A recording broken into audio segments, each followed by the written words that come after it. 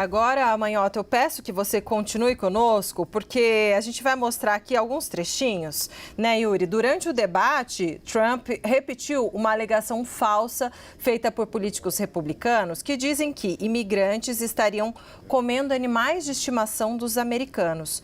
Vamos assistir.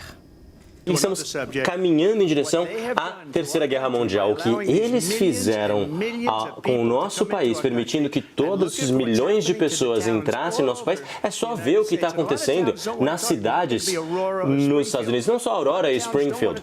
Muitas cidades nem querem falar sobre isso porque estão constrangidíssimas de falar sobre isso. Em Springfield, as pessoas já estão comendo cães e gatos. Estão comendo seus bichinhos de estimação. É o que está acontecendo no nosso país. É uma vergonha. Por sua vez, Kamala Harris acusou Donald Trump de ter trabalhado para impedir a aprovação de um projeto de lei que melhoraria a situação na fronteira dos Estados Unidos com o México. Vamos acompanhar esse trecho agora. E o Congresso americano, que tem algumas das pessoas mais conservadoras entre os nossos políticos, eles fizeram uma lei bipartidária, um projeto bipartidário que eu tentei levar à frente.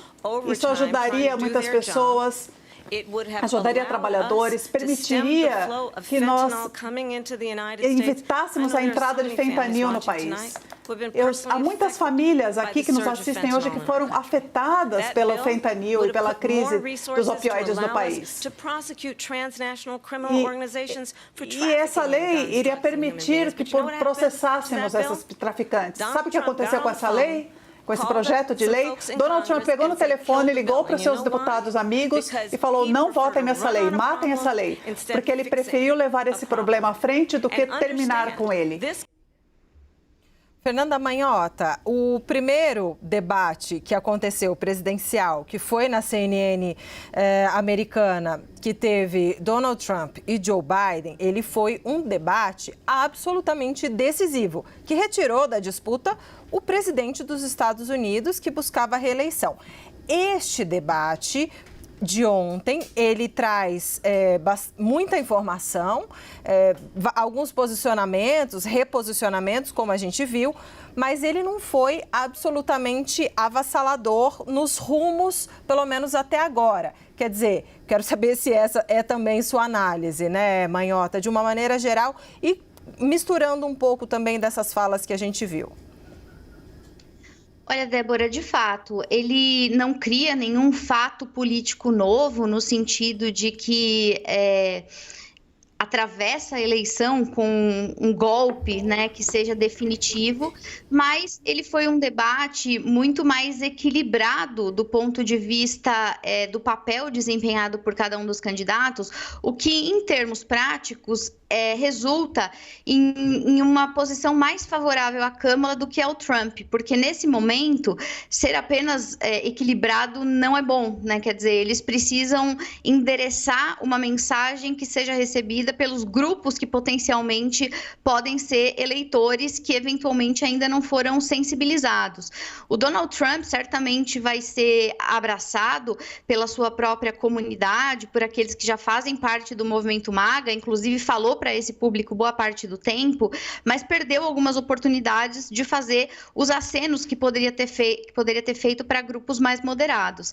A Câmara, nesse sentido, e acho que as pesquisas mostram um pouco isso, ela teve mais êxito em tentar se mostrar como alguém presidenciável, como alguém que estava ali para tentar denunciar, né, eventuais inverdades e também apresentar propostas. É claro que os dois reivindicaram ali um pouco da ideia de que eles seriam os candidatos da mudança, quando não é verdade para nenhum dos dois casos, né? Kamala é vice-presidente atual do país, o Donald Trump era o presidente até outro dia. De qualquer maneira, como o momento nos Estados Unidos é de grande apreensão e muita impopularidade do atual governo, a ideia é que todo mundo tenta se afastar disso. Existem alguns grupos que eu acho que vale a pena mencionar, porque são os grupos que de fato vão ser decisivos nessa eleição.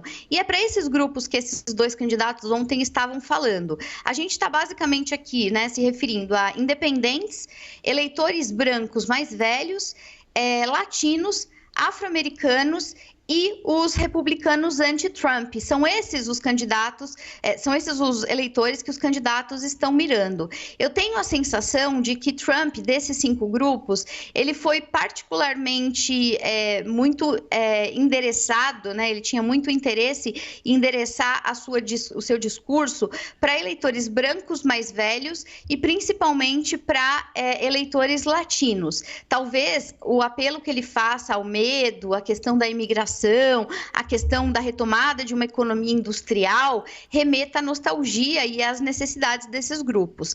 Em contrapartida, tenho a impressão que o discurso de Kamala, pelo novo, né, por representar um movimento de avanço, de abandono dos padrões anteriores, seja algo que a favorece em relação aos independentes, em relação, sobretudo, aos afro-americanos, com quem ela tem crescido muito nas pesquisas, e também os republicanos anti-Trump. É bem interessante notar, Débora e Yuri, que ontem, durante as falas dela, né, ela foi muito enfática em deixar claro que o Trump não goza do prestígio e do apoio de boa parte de funcionários que trabalharam com ele durante a sua administração, que depois declararam que não confiam nele, e também figuras ilustres do Partido Republicano que não o apoiam nesse momento. Então, quando ela faz esse discurso, ela está, claro, mirando nesse grupo em particular. Acho que o debate como um todo, ele inevitavelmente acaba sendo superficial, não houve oportunidade de aprofundar muito, como na questão da imigração, que a gente acabou de ouvir uma sonora, na economia,